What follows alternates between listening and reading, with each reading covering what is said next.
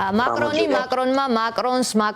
მოკლედ რუსები რანგის და იერარქიის მიხედვით ყოველდღიურად მაკრონის ხსენებით არიან დაკავებული. მაკრონისგან იყო პასუხიც იმ ფონზე, როცა ტრამპის ტვიტი წავიკითხე ახლა მე ბოლო, ის მიიჩნევს, რომ სერიოზული უპირატესობა აქვს რუსეთს ამ ფრონტზე. მაკრონი რაღაცნაირად ევროპული ხმის ლიდერად იქცა ამ ყველაფერში. მოდით დავიწყოთ მაკრონზე აქცენტით. ჩვენც რამ გააღიზიანა რუსეთი ასე მაკრონის მთავარ აქცენტებში, რომელიც ბრიუსელში გამგზავრებამდე ფრანგებს უთხრა. დავიწყოთ იქედან, რომ მაკრონი მართლა შედარებით კარგად იცნობს უკვე რუსეთის მდგომარეობას, იმიტომ 2017 წლიდან არის პრეზიდენტი, მას თავიდან ჰქონდა ილუზია, რომ ის გახდებოდა ის დასავლელი ლიდერი, რომელიც პუტინთან მოაგვარებდა პრობლემებს, რომლებიც უკვე სერიოზულად ჰქონდა დასავლეთის რუსეთთან. მან თავადაც კი გააკრიტიკა საკუთარი დიპლომატია 2018 წელს მან სხვათა შორის გამოთქმა Deep State იხმარა, როცა ამბობდა, რომ მე მინდა ახლა რუსეთთან მოვაგვარო პრობლემები და ეს შესაძლებელია, მაგრამ საფრანგეთში ჩემივე დიპლომატია ხელს მიშლის ამაში. თუმცა მან ის ორჯერ შეხვდა პუტინს, დაპატიჟა სტუმრად საფრანგეთში, ყავდა სამხრეთ საფრანგეთში ხმელთაშუაზღვისპირეთის სახელმწიფო ვილაში, პრეზიდენტის ვილაში ბრიგანსონში, მაგრამ ეს ყველაფერი ძალიან მალე აღმოჩნდა, რომ პუტინი ცდილობდა იგივეს მაკრონთან, რაც მან მანამდე გააკეთა სხვა დასავლელ ლიდერებთან, ანუ ის არ იყო სანდო პარტნიორი, მის სიტყვას არ ჰქონდა არანაირი ძალა და ნელ-ნელა მაკრონი დარწმუნდა იმაში, რომ მიუხედავად იმისა, რომ ის მას თავიდან ეგონა, რომ მას ჰქონდა ყველა უნარი იმისთვის, რომ დაერწმუნებინა პუტინი. სხვათა შორის მან თავიდანვე უთხრა პუტინს, რომ მან იცოდა, რომ 2017 წლის საპრეზიდენტო არჩევნებში რუსეთი ჩაერია მაკრონის წინააღმდეგ. და მათ გამოაქვეყნეს რაღაც სხვადასხვა სკანდალური მასალები მაკრონის წინააღმდეგ, მაგრამ მაკრონი ფიქრობდა, რომ აი ამის გათვალისწინებით მე მზად ვარ, რომ დაუთმო და პუტინის რაღაც დათმობაზე წავა. თუმცა ეს რა თქმა უნდა არ მოხდა, მე მას ჰქონდა რამდენჯერმე მცდელობა უკრაინის 2022 წლის თებერვალში, როდესაც უკვე გახდა საკმაოდ ნათელი, რომ რუსეთი შეიჭრებოდა უკრაინაში, თქვენ გახსოვთ ის ტელეფონის ზარები, რომელსაც მაკრონი ახორციელებდა ლამის ყოველ დღე პუტინთან, ისთვისაც ტერმინიც კი შემოიღეს. ამის აღსანიშნავად რუსებმა და უკრაინელებმა ესეც არ გამოვიდა, როგორც ჩანს. და მას შემდეგ უკვე მაკრონს აღარაფერი აქვს დასაკარგი, მის დარწმუნდა საბოლოოდ, რომ პუტინი არის ის ლიდერი, რომელსაც დასავლეთი ვერაზდეს რომ მოელაპარაკება, პუტინის მიზანია დასავლეთის წინააღმდეგ ბრძოლა, ევროპის ერთიანობის წინააღმდეგ ბრძოლა, ევროპასა და ამერიკას შორის უთანხმოების ჩამოგდება და ასე შემდეგ, ასე შემდეგ. და მისი იმპერიალისტური ზრახვები არ შემოიფარგლება უკრაინით და ის გააგრძელებს უკრაინის შემდეგ მას სხვა ევროპული ქვეყნებიც შეიძლება ჰყავდეს სამიზნედ. ამიტომ მაკრონი ბოლო თვეების განმავლობაში განსაკუთრებით სიხისტით გამოირჩევა რუსეთის მიმართ. საფრანგეთი ძალიან აქტიურად უჭერს მხარს უკრაინას. მაკრონი იყო პირველი ლიდერი ევროპაში, რომელმაც განაცხადა ჯერ კიდევ ერთი წლის წინ და ცოტა უფრო მეტი ხნის წინ, რომ საფრანგეთი გააგზავნიდა ჯარებს უკრაინის ტერიტორიაზე და ის მარტო იყო ამ დროს, როდესაც ესეთ განცხადებებს აკეთებდა და მას შემდეგ კიდევ ბევრი შეთანხმება მოხდა უკრაინასთან, სხვადასხვა ხელშეკრულებები დადებული დახმარებისა და ასე შემდეგ და ეს აღიზიანებდა რა თქმა უნდა მოსკოვს. ეხლა ყველაზე მეტად გააღიზიანდა რა თქმა უნდა იმან, რომ ბირთვულმა შეკავებამ, ალბათ. დიახ, ბირთვულმა შეკავებამ, რომ ეხლა თან ამ კონტექსტში, როდესაც რუსეთს გონიამ, რომ ამერიკასთან ის აგვარებს პრობლემებს და ფაქტიურად რანაირად გასაკვირიც არ უნდა იყოს მათ და მას ვაშინგტონს ერთნაირი ხედვა აქვს უკრაინაში. უკრაინისა და ევროპისა, ყოველ შემთხვევაში რუსები ასე მიიჩნევენ ამერიკის პრეზიდენტის განცხადებებზე დაყრდნობით, ეხლა უცებ ევროპა ესე ვთქვათ გაძალიანდა და ისინი ცდილობენ რომ ორგანიზდნენ ერთად, დაეხმარონ უკრაინას ბევრად უფრო ძლიერად, უფრო მეტად და თან აგერ თუ კი პერსპექტივაში შეიძლება ამერიკის ბირთვული ქოლგა ქოლგამ აღარ დაფაროს ევროპის მოკავშირეები, აგერ საფრანგეთი თავაზობს თავის ბირთვულ ქოლგას სხვა ევროპელ მოკავშირეებს. ეს რა თქმა უნდა აღიზიანებს. კი ბატონო, აქ დავკონკრეტეთ გამოვიყენებ შანსს, რომ თქვენ ხართ ჩემი სტუმარი და საფრანგეთი იცით შესანიშნავად და გავიხსენოთ დე გოლი, რომელმაც როგორც ჩანს თავის დროზე ამისგან დაიზღვია თავი, ხომ, რომ ერთ დღესაც თუ ამერიკის შეერთებული შტატების ინტერესი არ დაემთხვეოდა ევროპის ინტერესს, ან მოგვარების გზები, მოდი ჯერ ინტერესს ნუ დავარქვევ თავად თუ იმ კონფლიქტის, მას ქონოდა თავის დაზღვევის მექანიზმი, აი ზუსტად ამიტომ აქვს დღეს საფრანგეთს ბირთვულ შეკავებაზე დამოუკიდებლად საუბრის შესაძლებლობა, რომ დე გოლმა თავის დროზე ეს გააკეთა, ნატო დატოვა, შემდგომ სარკოზის დროს შეუერთდა სრულფასოვნად ნატოს საფრანგეთი. ამაზე გითხარით მეტი, რატომ არის საფრანგეთი ლიდერი აი ამ საუბრის პირობებში?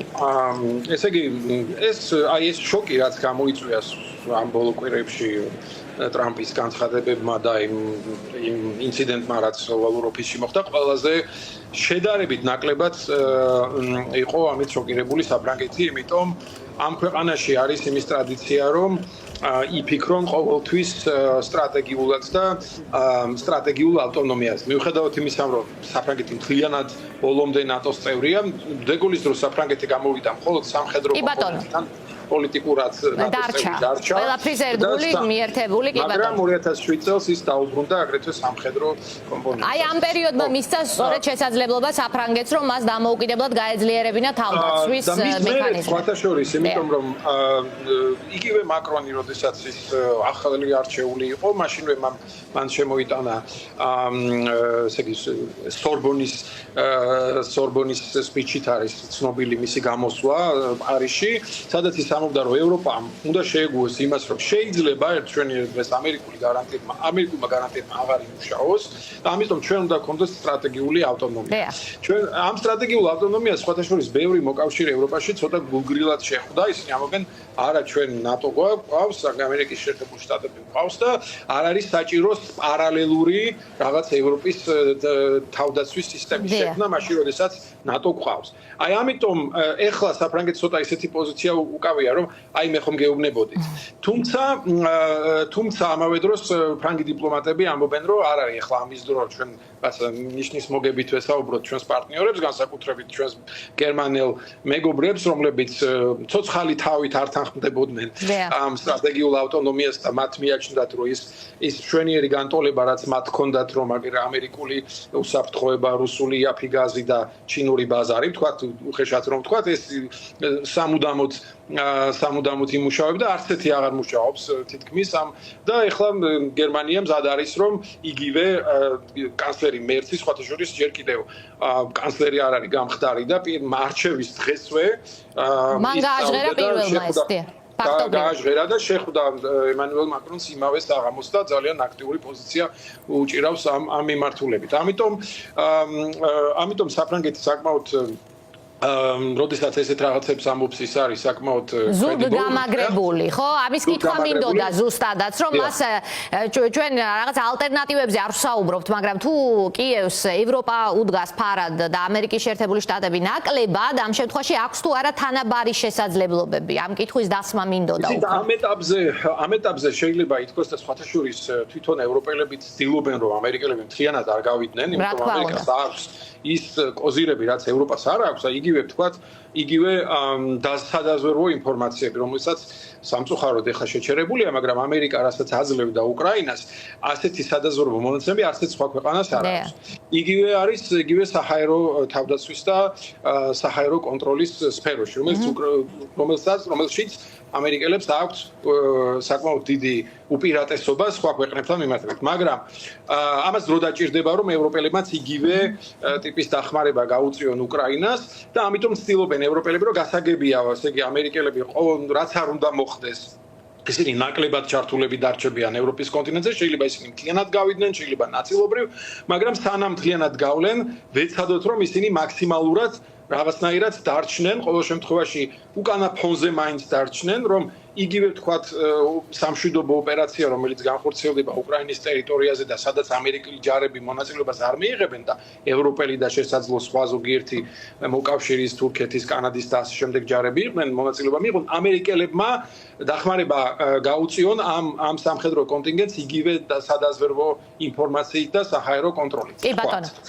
ამიტომ კი ევროპა შეეცდება ყველანაირად შეავსოს ის დანაკლისი, რაც ამერიკის გასვლით შეიძლება მიადგეს უკრაინას, თუმცა ამას დრო დაჭირდება, მაგრამ კიდევ ერთხელ ვიმეორებ, ევროპის კონტინენტმა საბოლოოდ გამოიღვიძა და დარწმუნდა იმაში, რომ საკუთარი დაცვისთვის მათ მხოლოდ საკუთარ თავზე უნდა ქონდეთ, საკუთარი თავის იმედი უნდა ქონდეთ. ევროპას აქვს საკმაოდ დიდი, ყველაზე დიდი ბაზარი, მათ აქვს დღესაც კი 450 მილიარდ ევროს ხარჯავენ.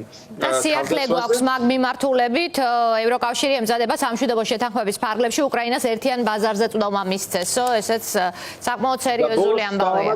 კიდევ სოფო, იცით რა არის საინტერესო, რომ ევროპელები მიხვდნენ იმას, რომ ეს ევროპის ინტეგრირებული თავდაცვა უკრაინის გარეშე ვერ მოხდება. ანუ უკრაინა მხოლოდ თავდაცვის ობიექტი კი არ არის. უკრაინა უნდა იყოს ნაწილი, უკრაინამაც უნდა მიიღოს ძალიან აქტიური მონაწილეობა ევროპის, მთლიანი ევროპის დაცვაში, იმიტომ რომ დღესდღეობით უკრაინას აქვს ერთ-ერთი ყველაზე ძლიერი არმია ევროპის კონტინენტზე, ყველაზე გამოცდილი ყოველ შემთხვევაში, იმიტომ ომში გამოცდილი არმია ყავს და აგრეთვე საკმაოდ უკვე განვითარებული სამხედრო ინდუსტრია, რომელიც აუცილებლად გამოადგება ევროპის საერთო სამხედრო ინდუსტრიას, რომელიც არის საერთოდ აუცილებელი თუ ჩვენ სერიოზულად ვლაპარაკობთ თავდაცვაზე. სულ ბოლო კითხვა და გაგათავისუფლებთ ტრამპი რუსეთზე, ასე ვთქვათ, გაცემული დაპირებით, რომ ის რაღაცნაირად პუტინთან აგვარებს.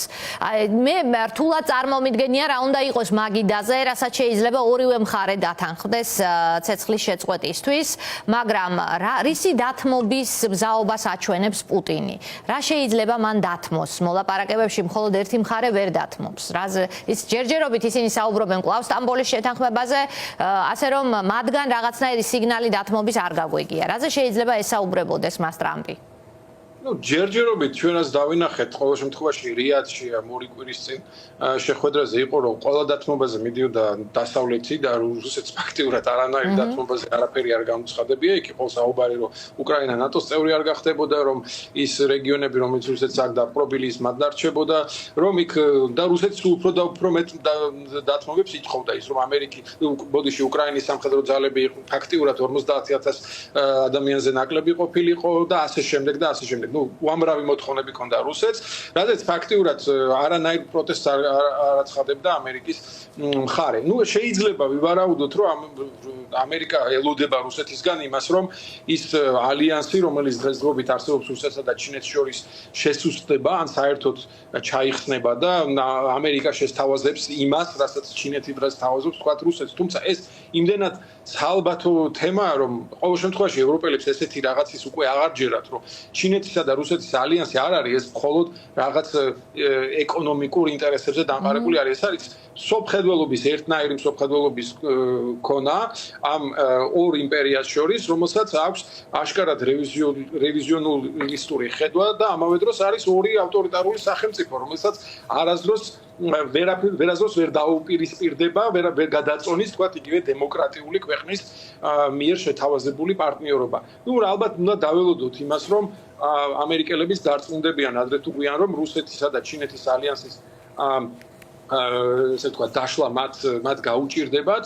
ისინი სხვადასხვა ინფორმაცია არსებობს, რომ ამერიკა ცდილობს ეს ტრამპის მიდგომაა, რომ რაღაც რუსეთთანაც ეკონომიკური შეთანხმებები გააკეთოს ისეთი, რომ დაინტერესდება ამ ყველაფრით და აღარ დაჭირდება ჩინეთთან ურთიერთობა, თუმცა ამას მომავალი გვაჩვენებს, მე დიდი სკეპტიციზმის უყურებს ამას და იმედი მაქვს, რომ ამერიკელები დარწმუნდებიან ამაში, რომ ამას დიდი მომავალი არ უწევს. დიდი მადლობა. ყოველ შემთხვევაში აღმოსავლეთ ევროპის ქვეყნები ძალიან დარწმუნებულნი არიან, რომ ამ საქმიდან არაფერი გამოვა. მაგალითად ტუსკმა გამოაცხადა, რომ პოლონეთის ფართომასშტაბიანი წვრთნები უნდა დაიწყოს, მზადყოფნა უნდა იყოს იმ შემთხვევაში, თუ ამის საჭიროება დადგება და უკვე დასავლეთ ევროპის ქვეყნებიც დაგეთანხმებით, თქვენი ქვეყნის პრეზიდენტი, რომლიდანაც ახლა თქვენ გვერთვებით პირველ რიგში, მაკრონი. მადლობა.